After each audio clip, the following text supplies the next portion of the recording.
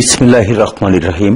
সম্মানিত সুধী, আমি এই মুহূর্তে আছি খুলনা সিটি কর্পোরেশন ৬ নম্বর ওয়ার্ডের সাবেক কমিশনার আলহাজ শেখ শওকত আলীর স্মরণসভা ও দোয়া মাহফিলের আয়োজন করেছে তার সুযোগ্য সন্তান মিল্টন ও প্রিন্স। এই অনুষ্ঠানে বাংলাদেশ জাতীয়তাবাদী দল কেন্দ্রীয় সংসদের ছাত্র বিষয়ক সম্পাদক, খুলনা ৩ আসনের ধানের শীষের কাণ্ডারি, মানবতার ফেরিওয়ালা জনাব রকিবুল ইসলাম বকুল ভাই স্মরণসভায় সংক্ষিপ্ত বক্তব্য রাখছেন বিজিএর সিনিয়র সহসভাপতি এস এম সাইফুল ইসলাম পিয়াস। আসসালামু আলাইকুম।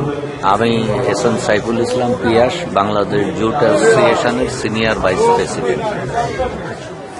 আমাদের মরহুম কাউন্সিলর শওকত আলী সাহেব, উনি মৃত্যুর আগ পর্যন্ত ছিলেন বিএনপির এই ৬ নম্বর ওয়ার্ডের বারবার নির্বাচিত কাউন্সিলর। তো আজকে তার মৃত্যুবার্ষিকীতে আমি তার বিদেহী আত্মার মাগফিরাত কামনা করি এবং আল্লাহ তাকে যেন বেহেশত নসিব করে।